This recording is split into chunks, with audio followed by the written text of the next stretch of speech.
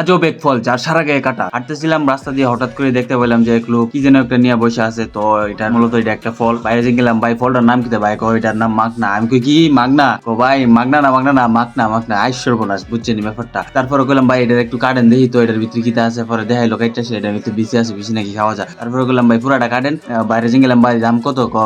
ভাই 30 টাকা। আমি কই 20 টাকা দিম, কাটেন থাকদা। পরে কাটলো ভাই। পরে দেখলাম আর কি পুরাটার মধ্যে কাটা। বাইরে দেখতেই পারতেছেন হাত দিয়া মানে কোনো টাচ করতেছে না, মানে দুইটা সুটকা লইছে, সুটকা লইয়া আসে এটারে কাটতেছে, কাটতে সেরা আমার দিতেছে, বলতেছে ভাই এটা এমনি হানা, এটার মধ্যে ভিতরে একটা বিচি আছে, এই বিচিটা দিয়ে সেরা হা, বুঝছেন। আমি অনকা হাইলাম, হাই বাইরে করতেছি ভাই এটা কি লবণ টবণ দিয়ে হানি? ভাই কি রে? আমি কই এটার তো ভাই টেস্ট হই পাইতাছি না। পরে ভাই আবার বুঝাই কইতাছে ভাই এটা না, এটা না, এটার ভিতরে আরেকটা আছে। আমি কই ভাই কতলা আছে ভাই? ভাই এতলা বাই করতে করতে আমার জীবন যাবো গা ভাই। পরে বাইরে জিগাইলাম যে ভাই এটি কইও ভাই। পরে কইলো যে বড় বড় বিলিও, আমি গ্রামের ফুলা, আমি জানি না এটি বিলিও।